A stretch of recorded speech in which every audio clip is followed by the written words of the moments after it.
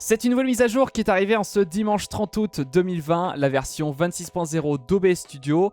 Ça fait plaisir et nous allons découvrir ensemble les nouveautés et les améliorations qui ont été apportées sur ce logiciel.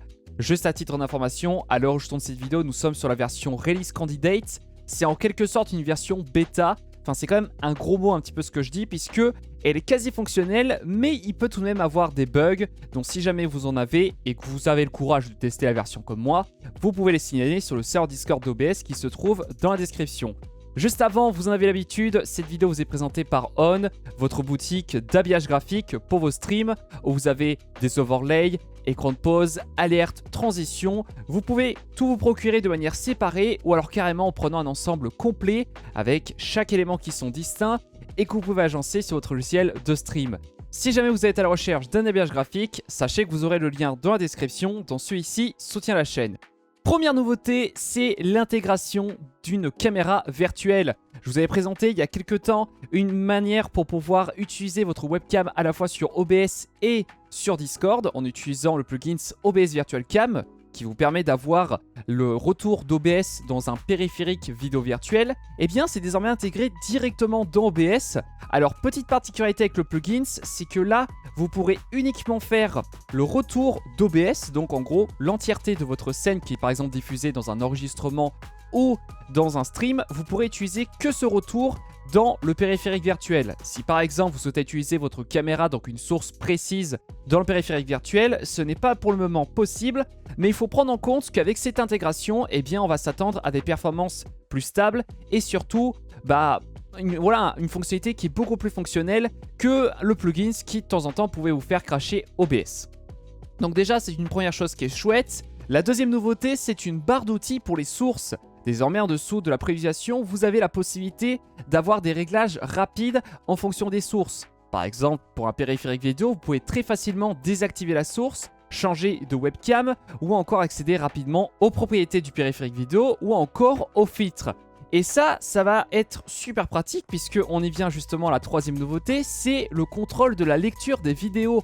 Pareil, je vous avais fait un tutoriel sur un plugin et au final, ça y est, c'est présent sur OBS Studio. On peut contrôler la lecture de nos vidéos, que ça soit mettre en pause, en stop, aller plus loin. C'est désormais intégré sur OBS, plus besoin du plugin. Ma vidéo est au final assez outdated rapidement. Enfin, elle est devenue obsolète pour être plus français puisque je pense qu'il n'y a pas tout le monde qui est un peu pro en anglais.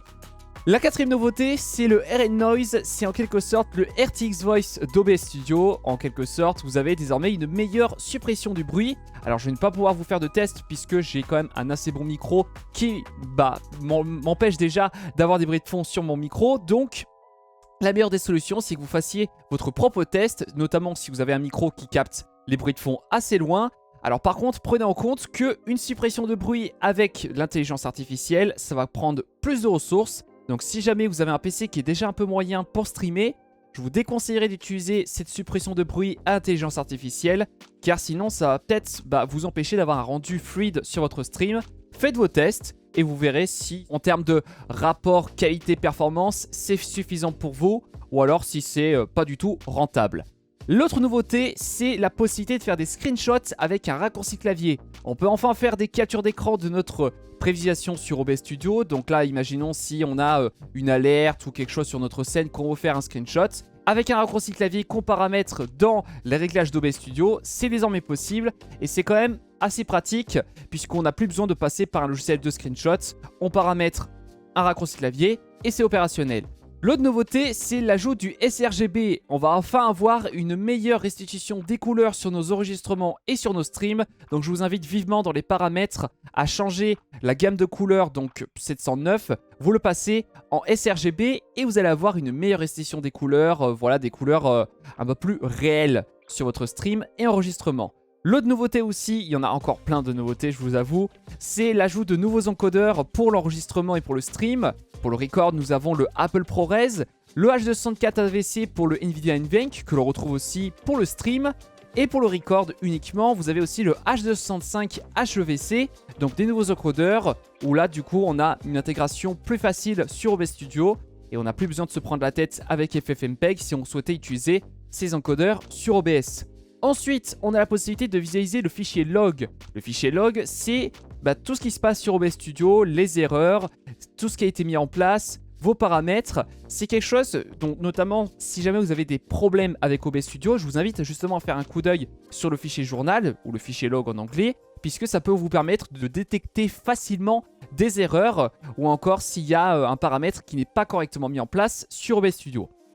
Ensuite, on a la possibilité de régler le volume en pourcentage. Alors attention, ça se passe uniquement dans les propriétés audio avancées. Ça veut dire que dans les propriétés audio avancées, vous cochez l'option si vous souhaitez régler le volume en pourcentage. Mais cela ne va pas changer au niveau des sliders, donc du mixage audio. Voilà la petite interface que vous avez sur OBS Studio. Ça reste en décibels. Pas moyen pour le moment d'avoir les sliders en pourcentage. On peut désactiver l'anti-aliasing pour les textes. Alors je vous avoue que de manière générale ça ne vous sera pas forcément utile, sauf si vous utilisez des polices un peu en mode 8 bits, pixels. Là par contre ça peut améliorer le rendu. Donc voilà, ça va pas concerner tout le monde cette nouveauté. Et la dernière, c'est le projecteur fenêtré qui peut être toujours au-dessus. Donc c'est par exemple, vous avez une petite fenêtre pour avoir toujours le retour de votre caméra. Et bien vous pouvez faire clic droit toujours au-dessus et donc cette fenêtre restera toujours au premier plan. Donc derrière votre OBS, derrière votre jeu, ça restera toujours par-dessus tous les autres fenêtres. Au niveau des améliorations, eh bien, amélioration des performances si jamais vous utilisez le QuickSync. C'est ce qui vous permet d'utiliser la partie graphique de votre processeur Intel.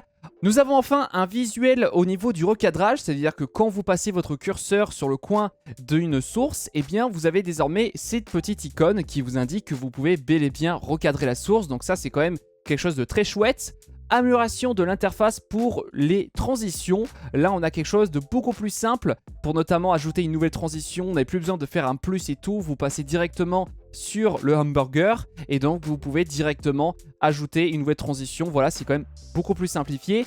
Autre nouveauté, c'est surtout les meters, les niveaux audio qui sont passés en 60 Hz. Avant, c'était en 30 Hz, c'était pas super fluide. Là, vous allez pouvoir voir que c'est beaucoup plus fluide, beaucoup plus smooth. On voit quand même qu'on a une meilleure représentation en temps réel du niveau audio, puisque du coup, c'est passé en 60 Hz. Ça, quand même, ça fait super plaisir. Si jamais vous utilisez des sources RTMP ou plutôt des sources médias qui en fait récupèrent un flux internet, si jamais vous perdez la connexion, il y a une reconnexion automatique qui se fait. Vous n'avez plus besoin de faire la reconnexion manuelle de ces sources. Voilà, donc ça c'est plutôt pour ceux qui utilisent des sources distantes directement sur OBS. Ensuite, vous pouvez recharger les scripts, donc les recharger en un seul clic et même directement mettre en place les valeurs par défaut. Ça c'est pour ceux qui sont un peu plus techniques sur OBS. Au niveau de la configuration automatique, si jamais vous utilisez cela pour configurer votre OBS, désormais vous pouvez choisir directement une résolution précise parmi la liste des résolutions standards, donc tout ce qui est 864p, 1080p, pas des résolutions cheloues comme par exemple la 900p qui peut vous causer d'ailleurs des problèmes sur Twitch si vous utilisez cette résolution. Ensuite, au niveau des playlists VLC, vous pouvez enfin drag and drop au niveau de l'ordre des fichiers vidéo. Vous n'avez plus besoin de passer par les icônes en haut, en bas. Vous pouvez directement drag and drop et c'est beaucoup plus simple. Ensuite, vous pouvez utiliser des slash dans le nom de l'enregistrement. Donc en fait, vous pouvez, si vous ne savez pas, dans les paramètres avancés d'OBS, changer le nom de l'enregistrement. Donc là, vous pouvez utiliser différentes variables pour par exemple indiquer la date de l'enregistrement, l'heure, etc.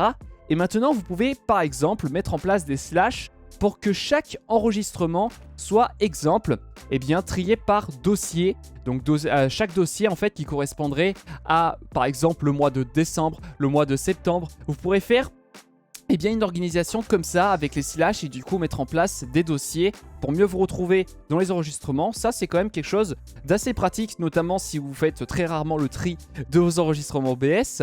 Ensuite, on a l'amélioration des LUTs. Donc les LUTs, c'est ce qui vous permet d'avoir une correction colorimétrique sur votre caméra. On a une amélioration des performances et de la précision de ces corrections de couleurs. Ensuite, la fréquence d'échantillonnage qui passe par défaut en 48 kHz. On n'a plus besoin de refaire à chaque fois ce réglage, le repasser en 48 kHz. De nos jours, en 2020, on a des périphériques son qui sont même bien au-delà de 48 kHz. Enfin, de manière générale, c'était toujours en 48 kHz.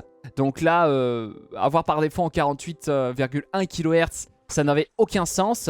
Donc voilà, désormais c'est par défaut, ça fait quand même plaisir. On a l'ajout d'un avertissement en cas d'ancienne version du pilote Nvidia. Donc si jamais vous utilisez une version trop vieille du pilote, désormais OBS vous indiquera de faire la mise à jour. C'est surtout si vous utilisez l'encodage carte graphique NVENC. Pour les utilisateurs de macOS, je pense notamment à mon pote Richard, eh bien vous avez l'ajout du support de quelques périphériques audio virtuels. Donc désormais, vous allez pouvoir utiliser quelques périphériques audio virtuels en tant que périphériques de lecture, donc périphériques de son PC. Donc voilà, par exemple, je pense notamment au nouveau câble virtuel de VB Audio qui est arrivé sur macOS. Eh bien, vous allez pouvoir plus facilement l'utiliser sur OBS et surtout en tant que périphérique de lecture. Ensuite, je vous passe tous les bugs qui ont été réglés sur OBS. Néanmoins, pour vous montrer quand même le changelog, vous pouvez constater qu'il y a quand même un paquet de bugs qui ont été réglés. Donc ça fait quand même giga plaisir. On arrive au terme de cette vidéo. J'espère qu'elle vous aura été très utile. J'espère que ces nouveautés et ces améliorations vous font plaisir. N'hésitez pas à lâcher un like et un petit abonnement sur la chaîne YouTube. D'autant plus qu'à chaque nouvelle mise à jour d'OBS Studio, eh bien, c'est couvert sur la chaîne YouTube. Donc voilà, si vous voulez ne pas être en retard sur les mises à jour et surtout rester à l'affût, n'hésitez pas à vous abonner. Ça m'aide au développement de ma chaîne. D'ici là, c'était Valentin Bram. On se retrouve une prochaine fois. Et surtout, portez-vous bien.